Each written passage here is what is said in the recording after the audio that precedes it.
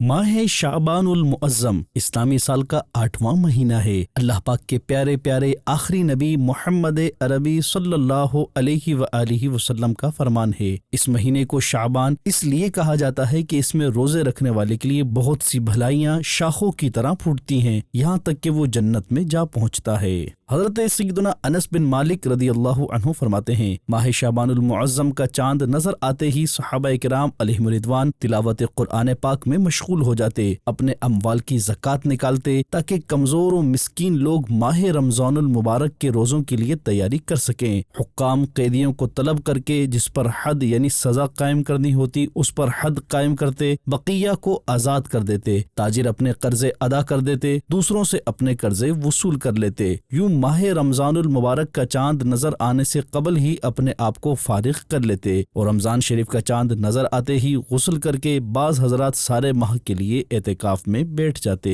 ام المؤمنین حضرت سیدتنا بی بی عائشہ صدیقہ رضی اللہ عنہا فرماتی ہیں، نبی کریم صلی اللہ علیہ وسلم کو شعبان المعظم میں روزے رکھنا تمام مہینوں سے زیادہ پسندیدہ تھا کہ اس میں روزے رکھا کرتے، پھر اسے رمضان سے ملا دیتے۔ اس مبارک مہینے میں 15 شعبان کی رات میں نامہ اعمال تبدیل ہوتے ہیں۔ کئی افراد اپنے پیاروں کی قبروں پر فاتحہ و نیاز کے لیے حاضر ہوتے ہیں۔